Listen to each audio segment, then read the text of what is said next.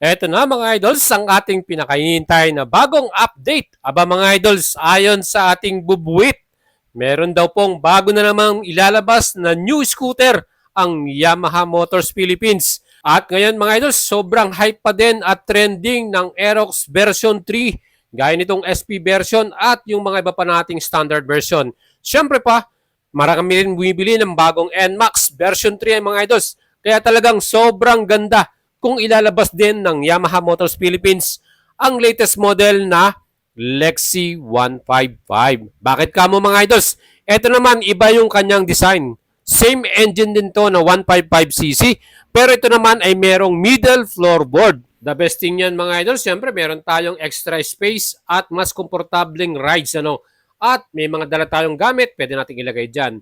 Mga idols, perfect to sa mga nag-MC taxi dyan o yung mga gusto po ng malakas na makina 155 at pwede natin gamitin pang-angkas, no? Move it. Ayan mga idols, perfecto. At itong ating naging initial na update or news, hopefully yan po ay totoo at final na. Dahil sigurado magiging hype na naman to sa Yamaha Motors Philippines at marami na naman pong bibili nito. Well, target talaga nilang maging number 1 this year, ano? With new Aerox version 3 na sobrang hype at sobrang daming bumibili, plus yung ating NMAX version 3, aba, meron pa tayong isa pa. Itong Lexi 155, talagang hype na hype ang Yamaha Motors ngayon. Kaya dapat gumalaw na rin ang Honda Philippines. Aba, ilabas naman nila yung panlaban nila gaya ng bagong 2026 ADB 160 or new version ng Click 160 na meron na ring ABS. O, di ba mga idol? So yan po ang ating magiging update sa inyo. And I'm sure marami na naman pong magugulat at magsasabi na clickbait tong ating vlog. Well, mga idols, kilala naman po tayo. Marami na tayong mga unang mga nireveal, ano? At lahat po yan ay nagkatotoo. Kayo na pong bahalang umusga. Well, para sa akin, gusto ko lang magatid ng balita sa mga motorcycle enthusiast rider natin at sa mga follower subscriber natin.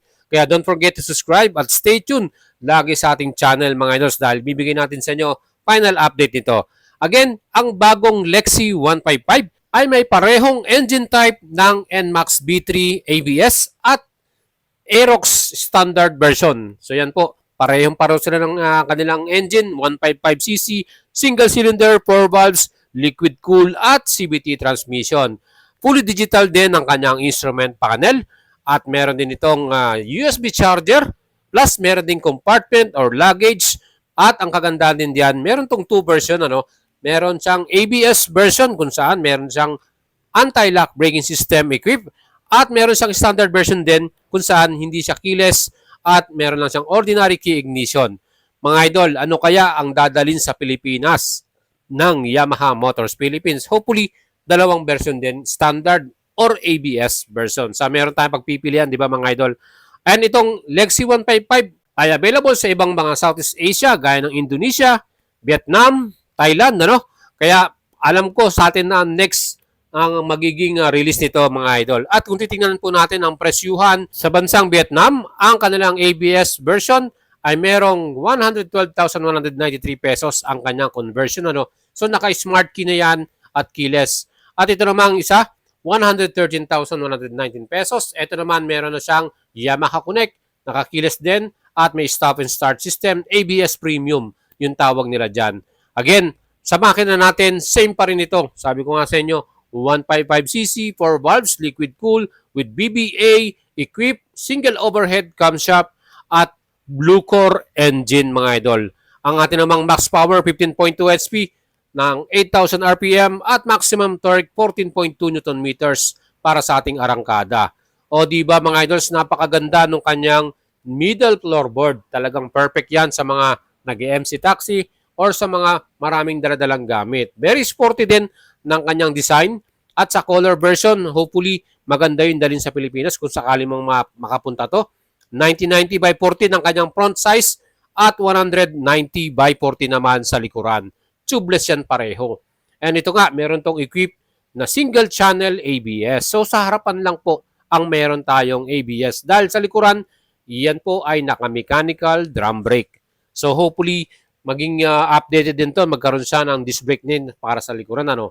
Ang seat height ito ay perfect sa mga Pilipino dahil mababa lang, 770mm.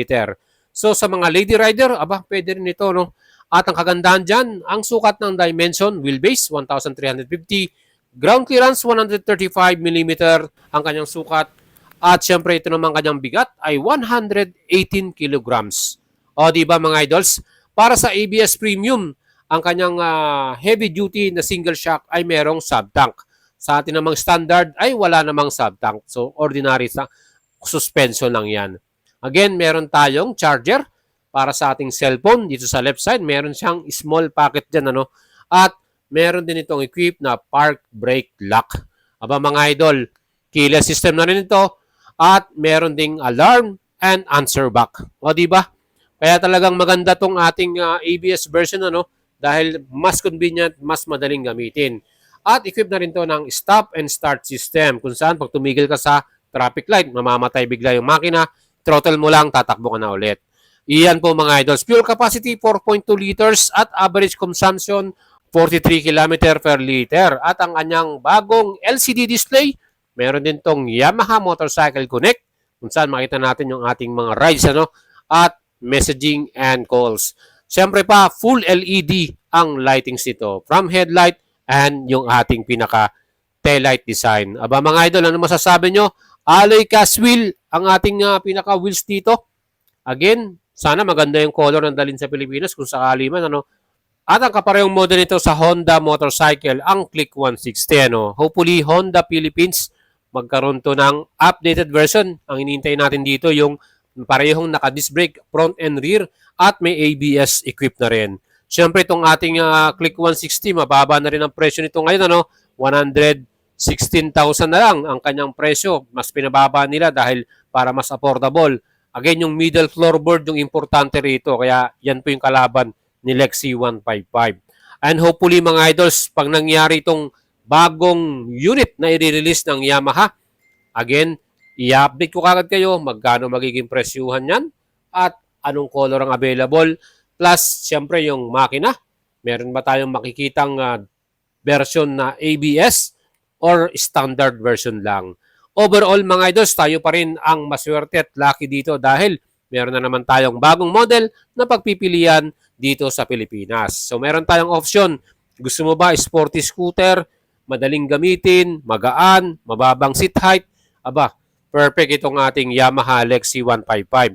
And hopefully, yan po ay maging mas mababa pa ang presyo. Siguro dapat pumantay lang to sa Click 160, ano, na 114,000 or 116,000. Again, magiging maganda ang labanan nito sa ganitong category. And kung tama po yung ating bubwit na nagbalita sa atin, mga idol, alam ko, magiging masaya kayo at magiging masaya din tayo at excited kasi gusto rin natin itong subukan at matry, ano. Malay nyo, maraming man tayong inspirasyon, gusto nating umutang ulit. O, di ba mga idols? Siyempre, kung meron kang utang, magsisipag ka, no, para mabayaran mo din yung iyong kinuhang bagong motorsiklo. Mga idol, siya po ang ating update sa inyo. Stay tuned sa ating channel at i-update ko kayo kagad once na naging final na po ang bagong model release na yan na dadalhin sa atin sa Pilipinas ng Yamaha Motors Philippines. Kaya i-release nyo na yan at kami excited na mga idol. Please don't forget to subscribe at follow ako sa ating Facebook page. Kaya stay tuned po lagi at i-update natin kayo.